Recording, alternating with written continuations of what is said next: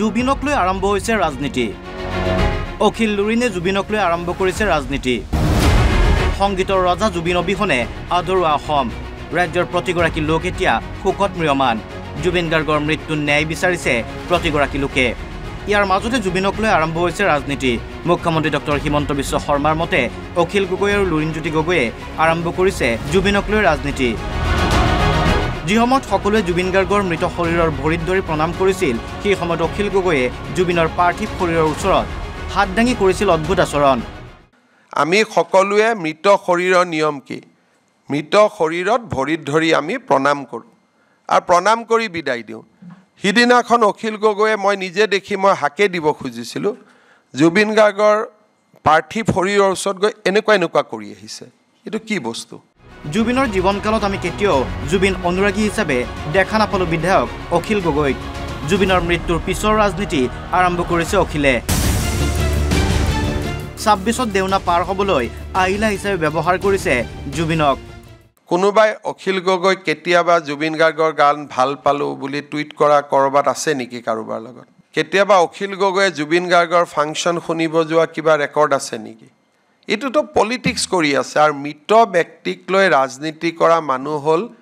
আটাইতকৈ নিকৃষ্ট ৰাজনীতিবিদ বুলি কোৱা হয় তেওঁলোকে ভাবিছে ইয়াত ভোট আছে কিন্তু ইয়াত উল্টা পৰিব কাৰণ মানুহে কোনেও নিবিচাৰে যে এজন মৃত ব্যক্তিক লৈ ৰাজনীতি কৰাটো যদি অখিল গগৈ অনুৰাগী হ'লহেঁতেন তেতিয়া কথাটো বেলেগ কেৱল অখিল গগৈ নহয় লুৰিনজ্যোতি গগৈয়ে জুবিন গাৰ্গক লৈ কৰি আছে ৰাজনীতি লুৰিনজ্যোতি গগৈৰ ওপৰত জুবিনে যিকেইটা কমেণ্ট দি থৈ গৈছে তাৰ পিছততো তেওঁ নিজেই দূৰত থাকিব লাগে কি কৈছিল ফটুৱা পাৰ্টি বুলি কৈছিল ন বিজুছ কাৰোবাৰ যদি একদম লাজ নাই সিহে এইবিলাকত সোমাব যাৰ একেবাৰে লাজ নাই যে মই লাজ তাজ একো নাই মোৰ নাক টাক মই অলৰেডি কোনে নাক কাটিছিল সুপৰ নাখায় নে কোনে বোলে সুপৰ নাখায় মোৰ নাক কাটি থৈ দিছে গতিকে মোৰ কোনো ৰাস্তা নাই নাক টাক নাই মই জপিয়াই পৰিম আনহাতে সামাজিক মাধ্যমত এতিয়া জুবিন অনুৰাগীৰ আছে দুটাকৈ গোট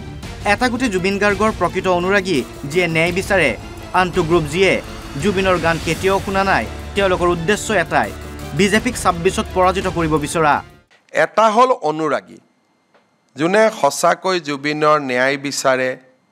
জুবিনৰ আত্মাৰ শান্তি বিচাৰে এটা হ'ল অনুৰাগী আনটো গ্ৰুপ হৈছে যে এই সুযোগতে বিজেপিক হৰুৱাব পাৰোঁ নেকি তাত দুটা ক্লিয়াৰ গ্ৰুপ আছে এটা হ'ল অনুৰাগীৰ গ্ৰুপ তেওঁলোকে ন্যায় বিচাৰে তেওঁলোকে ইয়াৰ লজিকেল কনক্লুজন বিচাৰে যেনেকৈ পৰহিয়ে মই গৰিমাৰ ঘৰত গৈছিলোঁ মোক কৈছে যে দাদা আমাক পুৰা ছিকুৱেঞ্চটো লাগে ক'ৰ পৰা কি হৈছিলে সেইটো হ'ল এটা জেনুইন কনচাৰ্ণ আনফালে এটা পাৰ্টি থিয় হৈছে এটি জুবিনৰ গান জীৱনত শুনাই নাই আনহাতে ছ'চিয়েল মিডিয়াত প্ৰচাৰ হোৱা এই ভিডিঅ' সন্দৰ্ভতো প্ৰতিক্ৰিয়া মুখ্যমন্ত্ৰী ডক্টৰ হিমন্ত বিশ্ব শৰ্মাৰ ৰাতিপুৱাৰ পৰা তেওঁ চিঞৰি আছে যে এইটো সুযোগতে গৰিমা গাৰ্গক জালুকবাৰী সমষ্টিত ইলেকশ্যন উঠাই দিব লাগে